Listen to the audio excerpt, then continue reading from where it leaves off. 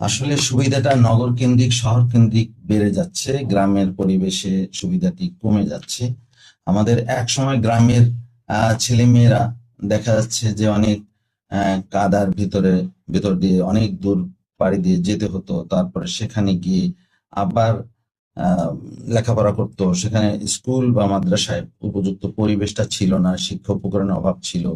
কিন্তু একটি জিনিস ছিল, সেখানে শিক্ষকদের প্রচুর আন্তরিকতা ছিল, এবং সেই আন্তরিকতা এবং তাদের যে নিঃস্বার্থ যে শিক্ষার্থীদের প্রতি ভালোবাসা, তাদের প্রতি যে মানে অনুরাগ, তাদেরকে তুলে আনার যে অনন্ত একটা চেষ্টা, সেই চেষ্টাটার কারণে গ্রাম থেকে অনেক শিক্ষার্থী উঠে এসেছে।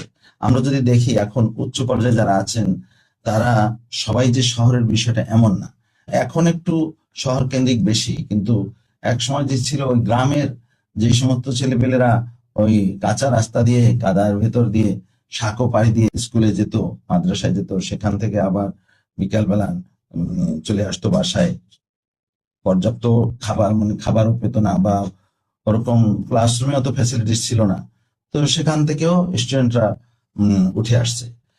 আর আজকের দিনে আমাদের শহরে শহরের সুবিধাটা অনেক, সারা পৃথিবীব্যাপী পরিবর্তন আসছে, ডিজিটালাইজেশন হয়েছে, এবং শহরে বিদ্যুৎ আছে। তারপরে সেখানে পরিবেশটা উপযুক্ত পরিবেশ, শিক্ষার জন্য শিক্ষা উপকরণ আছে।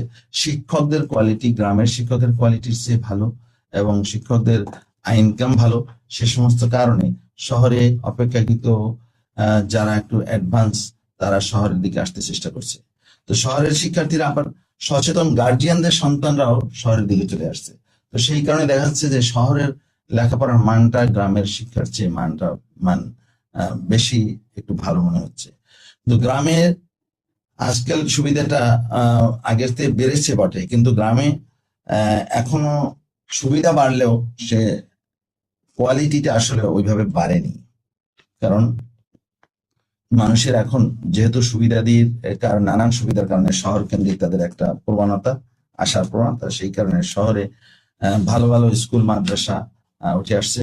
এখন আমরা যদি গ্রাম এবং শহর মধ্যে যদি পার্থক্যটা কমাতে চাই, এবং গ্রামের শিক্ষার্থীদের যদি তুলে আনতে চাই, তাহলে গ্রামের শিক্ষা প্রতিষ্ঠানগুলোতে উন্নত করতে হবে, এবং শিক্ষকদের সুবিধা দিয়ে বাড়াতে হবে,